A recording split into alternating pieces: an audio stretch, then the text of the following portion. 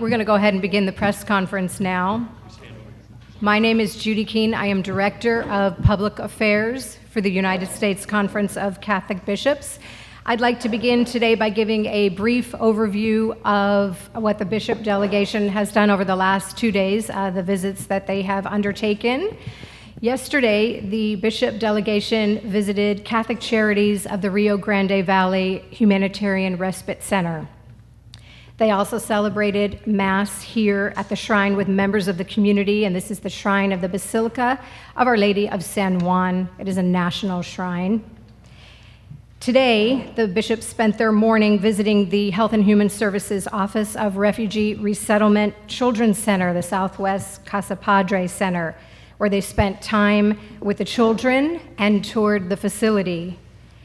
They later celebrated Mass with the children at the facility. In the afternoon, the bishops toured the Department of Homeland Security's Customs and Border Protection Processing Facility, and then they have now returned here where they are happy to speak with you and answer your questions. And with that, I would like to introduce our press panel this morning. I will begin by introducing His Eminence in the center of the panel, Cardinal Daniel N. DiNardo, Archbishop of Galveston, Houston, and President of the United States Conference of Catholic Bishops. Seated next to him, to his right, is Archbishop Jose Gomez, Archbishop of the Archdiocese of Los Angeles. He is Vice President of the United States Conference of Catholic Bishops. To my immediate left is Bishop Daniel Flores. He is Bishop of the Diocese right here, Brownsville. And then on my far left, we have Bishop Joseph Charles Bambera of the Diocese of Scranton, Pennsylvania. And then we are also joined by Bishop Robert J. Brennan, Auxiliary Bishop of the Diocese of Rockville Center, New York. And with that, I would like to invite the bishops to offer a few reflections of their visit this morning. And then immediately following that, we will open the floor for questions. Thank you. Thanks, Judy. I'm happy as president to make a brief opening statement, and I'm going to invite Archbishop Gomez, who's been such a points person for us in our immigration issues over the last 18 months, that he'll make a brief statement, and then we'll be open for questions. My first comment to you all is that, as it was already spoken about and advertised, our visit was pastoral visit, pastoral in nature. So that has to be kept in mind as you hear us discuss or make comments on things. We have had a full 2 days, and they've been a very beautiful 2 days. On some parts painful, but very, very beautiful. We almost sandwiched this with Mass yesterday morning at the Basilica. By the way, as a plug, this is the second most visited pilgrim shrine in the United States. The only thing maybe a little bigger is the National Shrine in Washington, D.C. So this is a huge place of pilgrimage. We were very pleased to celebrate there, and very pleased to celebrate at Casa Padre late this morning. So the prayerful pastoral dimension of what we want to do is pretty significant. Secondly, the hospitality of the Diocese of Brownsville with Bishop Daniel Flores, Bishop Avilés, and their whole crew. And I have to say, Sister Norma, too, who's the Director of Catholic Charities for the Valley down here. They have been of great, great help and of intense knowledge to help us as we went about doing our visits. So one of the things I want to make in my brief statement is that there are lots of challenges here. There's lots of things we found that we could make a recommendation or other.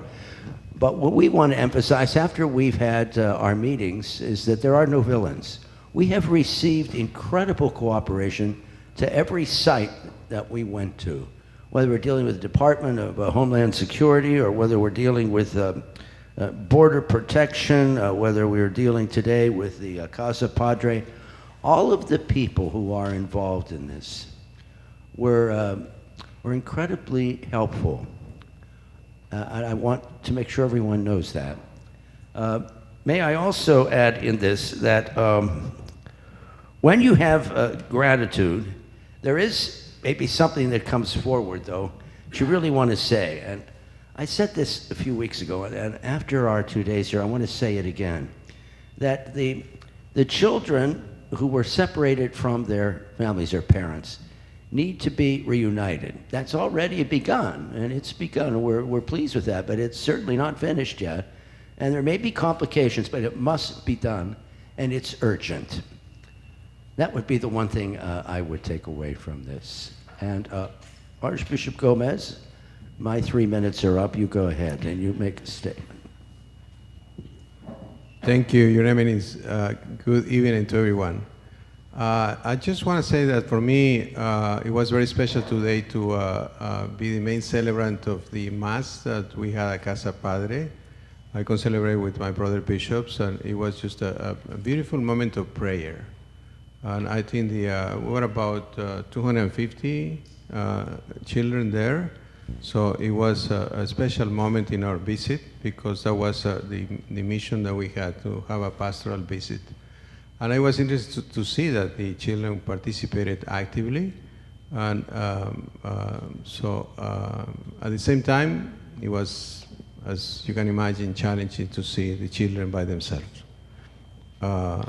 Obviously, in every Sunday when we have children at Mass, they are with their parents and with their families. So, but it was, as I said, a blessing, a special blessing to be there and help them and give them some hope.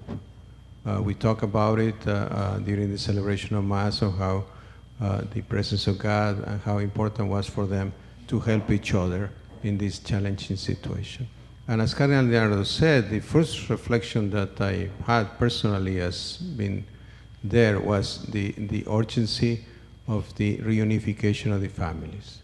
I think it is so important that these children be united with their parents. It's just a natural feeling and understanding of how sad it is that they are not with their parents, and how important it is that, as we are all trying to do, make sure that they are united with their families. So that's basically my first impression of what I experienced today. Now it's time, as they say, it's open. Oh, wait a minute. Archbishop has another comment. Excuse me, I'm getting forgetful. Another thing that I think was good for me, that it was on that process of providing unity for the families.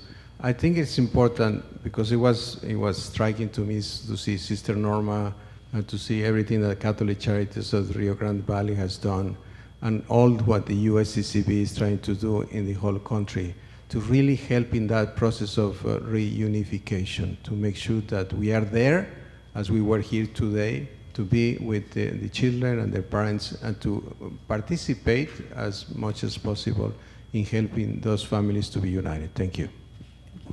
Thanks, Archbishop Gomez. Now what we're going to do is open it up for questions, and you can direct your question to any one of us, and you might want to distribute the question so no one's lonely up front here. And somebody will be coming around with a microphone too, so that we can hear your questions as well. So, and then again, state your name and the news organization you are with as well, and to whom you are addressing your question. Thank you. We'll begin with our first question. Hi there, thank you so much. I'm Oscar Margain with Kent's 5 San Antonio. I'm based here in the Valley. My question to the Cardinal and the rest of the Archbishop and the bishops: how would you address somebody who's trying to reconcile, doesn't know how to reconcile their conservative views on faith with their conservative views on politics? Because so much of that, I think, is causing maybe some internal turmoil for those who follow the Catholic Church. How would you approach them? What would you say? Well, I'll make an effort at it, and then ask one of the other brothers if they want to add. Our faith is not just a system of concepts. Our faith is in a person, the person of Jesus Christ. Now, our church has teaching It has approaches to the human person, and by the way, human person is pretty critical. Let me give you an example. Yesterday, I met family, and we were at sister's place yesterday, and this fellow said to me, you know, he was coming out of Honduras, and his point to me, he says, you know, I'm a Catholic. He said, I can't live in violence. They threatened to kill me. Well, and he had his son with him and all. Did he cross? I mean, obviously, he crossed the border. That part is illegal. But I'm not looking at an abstraction when I look at him.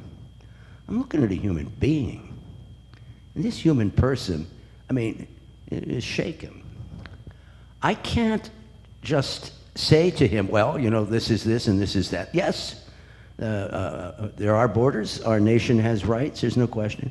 We also have to keep in mind a humane approach to these things. So I would tell the conservative in their faith and their politics, the two can be lived together.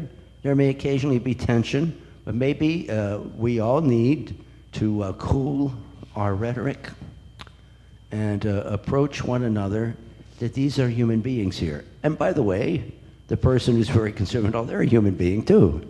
So we have to use both sides.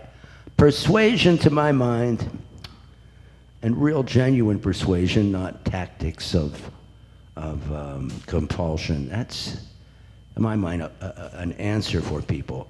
I have plenty of people in my local church who are very traditional in faith and very conservative even politically, but who are moved by the sight of the immigrant children. So, I mean, I know that it's possible. I should not be. Anybody want to try this? You want to try that? That's really good. We should have Scranton try. I would simply pick up on the Cardinal's perspective. When you have the opportunity to sit down with a family, liberal labels and conservative labels melt away. And when you talk to somebody whose deepest desire is not to exploit a country or grab everything that they can, but simply provide for their children and to keep their children safe, the labels just melt away. And I think we come to understand what's most important, and frankly, why we were here. Anyone else? Okay. As they say, next question.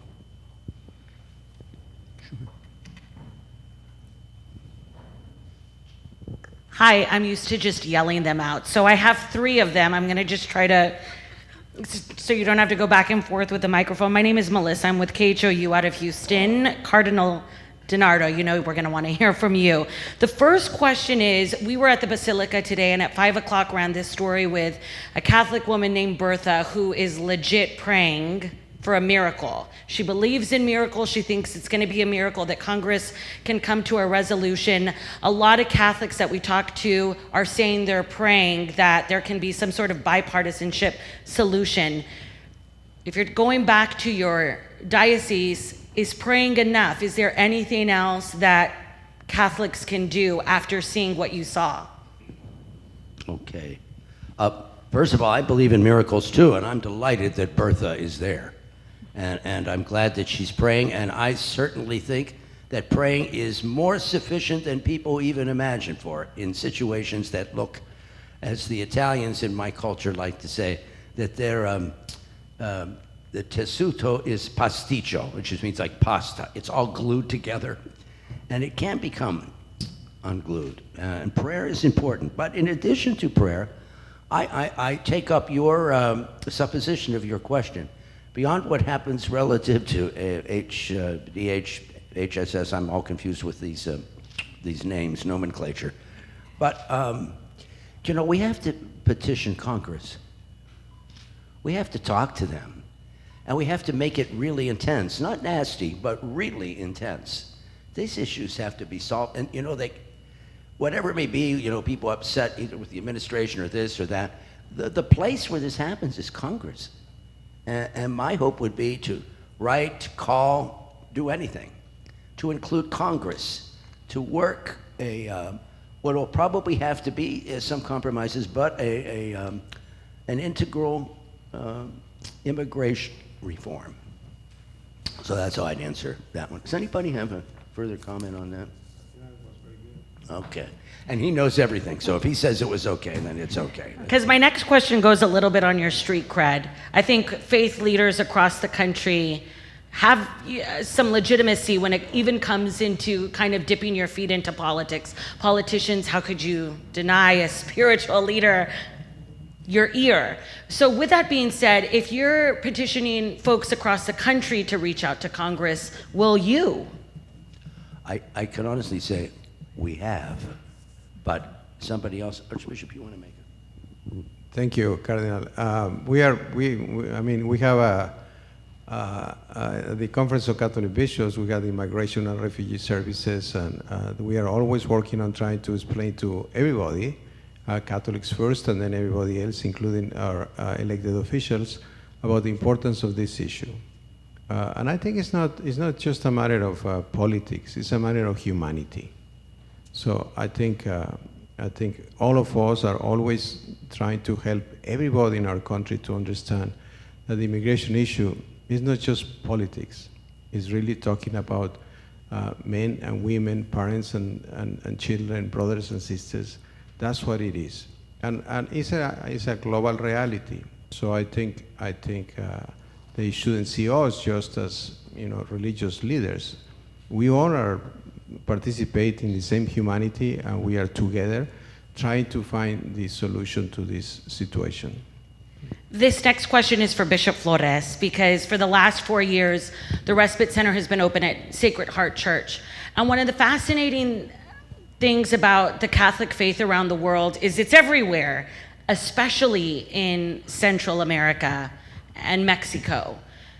Has there been a message at all to churches where these people are fleeing their countries in mass as to maybe the dangers of the journey, what it's like? Is there a responsibility for the Catholic Church to maybe warn people of just how deadly it can be should they assume to migrate to the United States? Thank you. That's a very good question. In fact, there is very frequent communication between the bishops the United States and Mexico and Central America on a variety of topics, and I can certainly speak for the bishops of the border that we do kind of try to communicate that, and there is a consistent sort of trying to kind of attend to the push factors that are affecting especially Central Americas and the bishops there and here. I think the message does get through how dangerous it is, but I think the other side of it is we have to realize that we have, and I've spoken to mothers in Guatemala or in Honduras who have told me, my son will be killed here. They will shoot him, and he's 16. What am I supposed to do? Now, these are extremely complex and difficult situations. And obviously, I think one of the things the church in the Western Hemisphere has a responsibility to do, and we do it, and need to consistently do it, is to kind of raise sort of the reality that this is a hemispheric problem. It's not just a problem on the border here, and it's not just a problem increasingly that Mexico is becoming a point of destination, which it is for Central Americans, but that part of the dialogue that this sort of represents, this kind of talking to the immigrants and so forth, to kind of regain and to maintain the realism about what is moving people, we get a sense that many people would much prefer to stay home if they didn't feel that their children's lives were at stake, and that communication, especially to kind of help, because there are church programs in Central America that are trying to revitalize neighborhoods and trying to give, and we hear about that. And there are success stories, and that needs to be part of the wider conversation, because to kind of address the very push factors. And so it actually does address your question about there is more than prayer. Prayer motivates all of this in a certain way in the life of the church, but also that this kind of communication, but I often don't think that we have gotten the message out how dire it is in certain parts of Central America in terms of families that hear their children telling them, the gang wants me, and if I don't go, they're going to shoot me. And And that wider conversation to kind of address the hemispheric reality is part of also our responsibility as a church and as a nation. Thanks. I would, add to that we discussed a little this afternoon how bringing stability to these nations in Central America, stability in terms of economy, helps people not have to worry about fleeing and immigrating. It's an important dimension. Again, it's a complex problem. You don't solve this overnight, but there are a whole series of issues that are involved in this. And I've become aware in the last 2 days. I was aware before, but it was more conceptual and abstract. When you get names and people and all and talk to people on all sides, you realize this really is a pretty complex issue. We have time for a few more questions. Let's get some other folks here that we haven't gotten yet. Yes, sir, in the front. I'm front too. Specifically with regard to the condition of the children, those children that you have met, have they been happy, sad, scared? Tell us what you've seen with regard to their mental, physical state. I'd like to make a brief intervention, then give it to Bishop Brennan. Yesterday, I met a couple of children that were over at Sister Norma's place, and they had been there already a day and were ready probably eventually to get on the bus with their family. And they were a little more at ease. They seemed, that whatever has happened to them, they knew they were going to go someplace, so that's a hopeful sign. I must confess, and some of the young people I saw this morning seemed a little more tense. And there could be lots of reasons. You could be frivolous, Mexico and Brazil, we're playing or something. But it could be something much more intense, that's happened to them.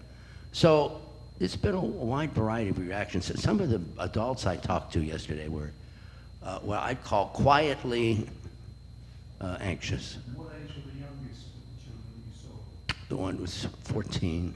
No younger than that? No, I didn't see him, that I talked to. Yes, I think the ages ranged in the groups that we had seen from about 11 or 10 or 11 until 17. And His Eminence is correct. There was a very different sense of people in the different places. And when we started off with the respite center with Sister Norma, there was a sense among everyone, adult and children, of relief. And I kind of picked up a sense of hope. My conversations seemed to pick up when you talked about the future, when you talked about the past, when the journey, the experiences along the way. It was a little bit more reticent, but when you talked about where you were going, or the family who you were going to see, or some of just the normal things in life, people both young and old really seemed to light up. That was incredibly inspiring. And again, at Sister Norma's, at the respite center, among the youngest of children, there we did see very young children with their parents, infants. And there's the corner with the toys, and children are children. And when they got together with their toys, you saw children at play. It was a very edifying piece. Today, we were noting during Mass, the young people were hanging onto Archbishop Gomez's words during his homily. And yet there was a sense of real seriousness, a stoic, somber kind of a look.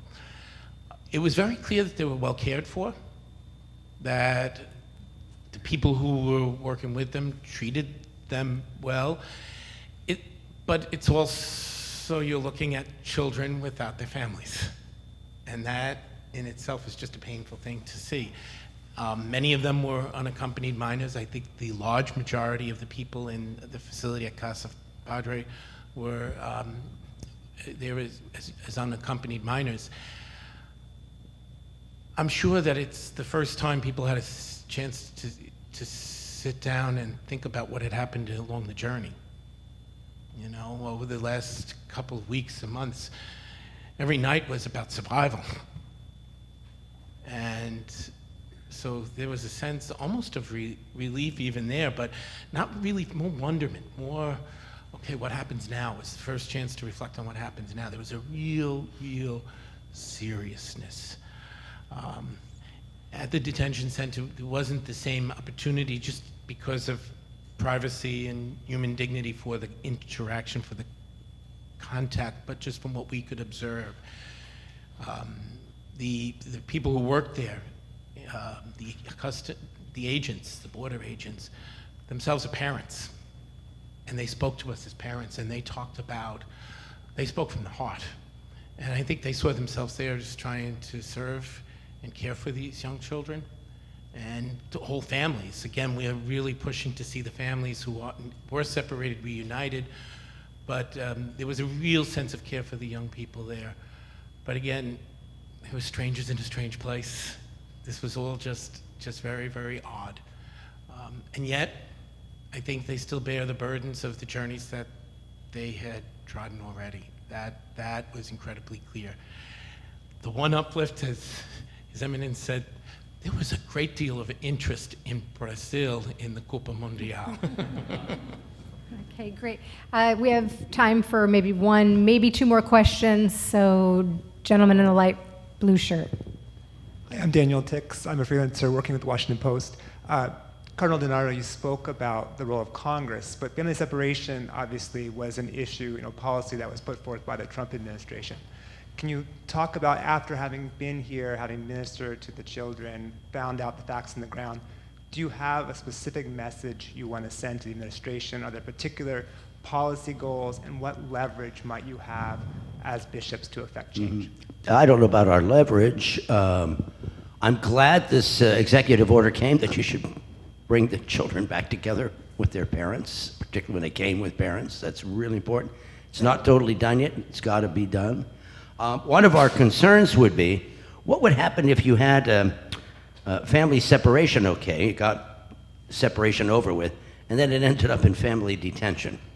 And we have some concerns about family detention. And one of our thoughts, and I can't say it's the whole conference, but we've been talking about it here.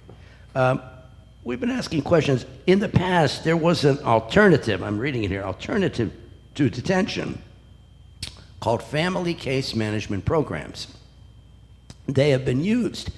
Actually, they're cost effective, and because it's case management, we would be happy to say, not because it's only our Catholic charities or other private, both religious and non-religious groups that do this kind of thing, case management.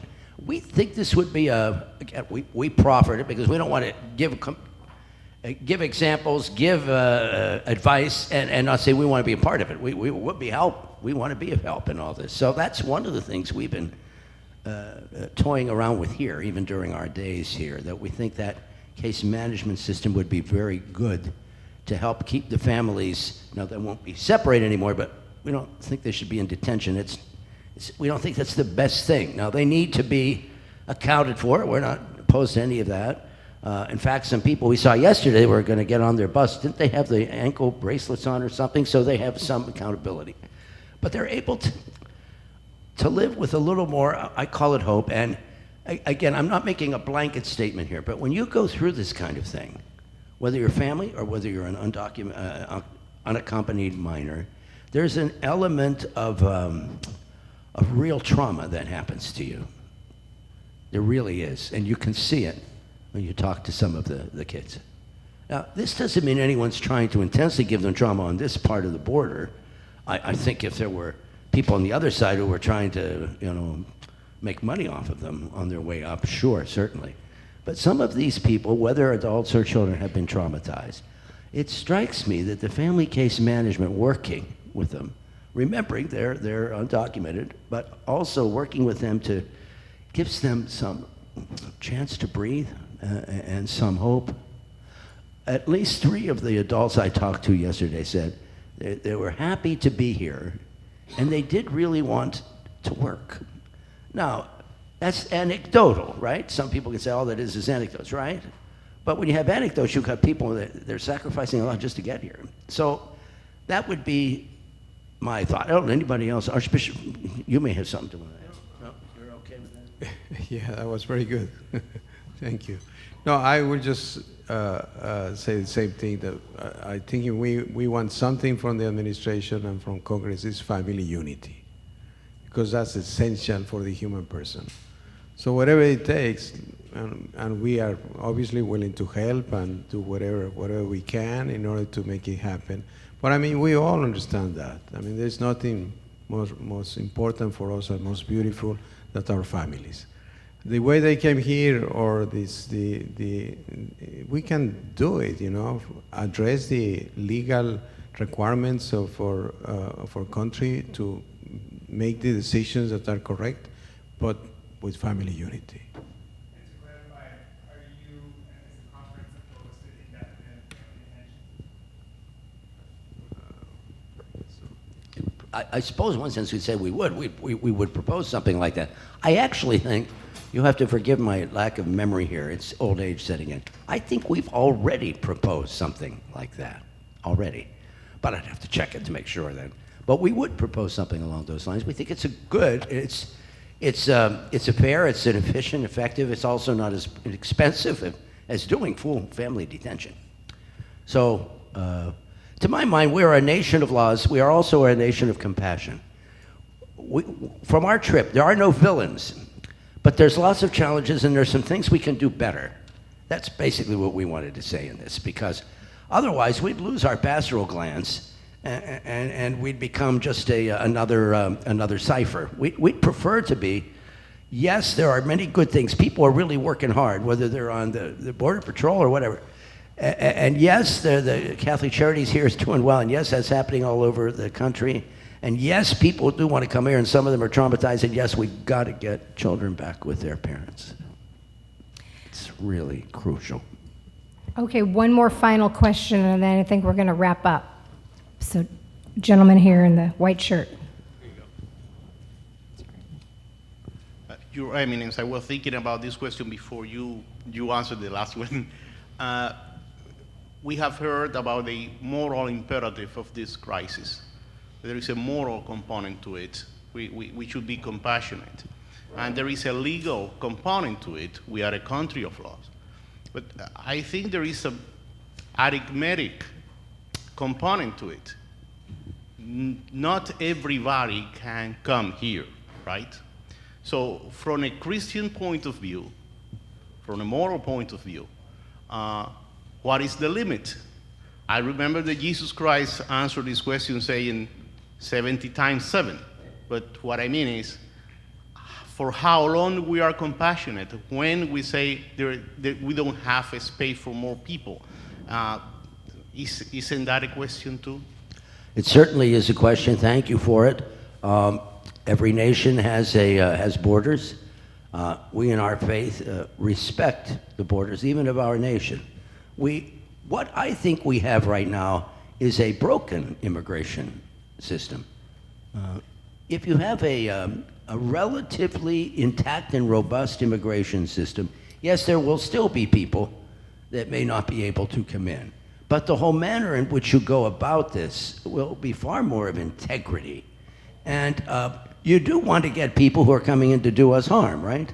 Hasn't that been, those more of a traditional conservative position are so worried that the borders are too porous. I think what we need is that we need borders, but our laws and compassion can work together. They do not have to be absolutely opposed. But we're not opposed that there would be Congress to do a much better integrated immigration system. Anybody else want to say something on this?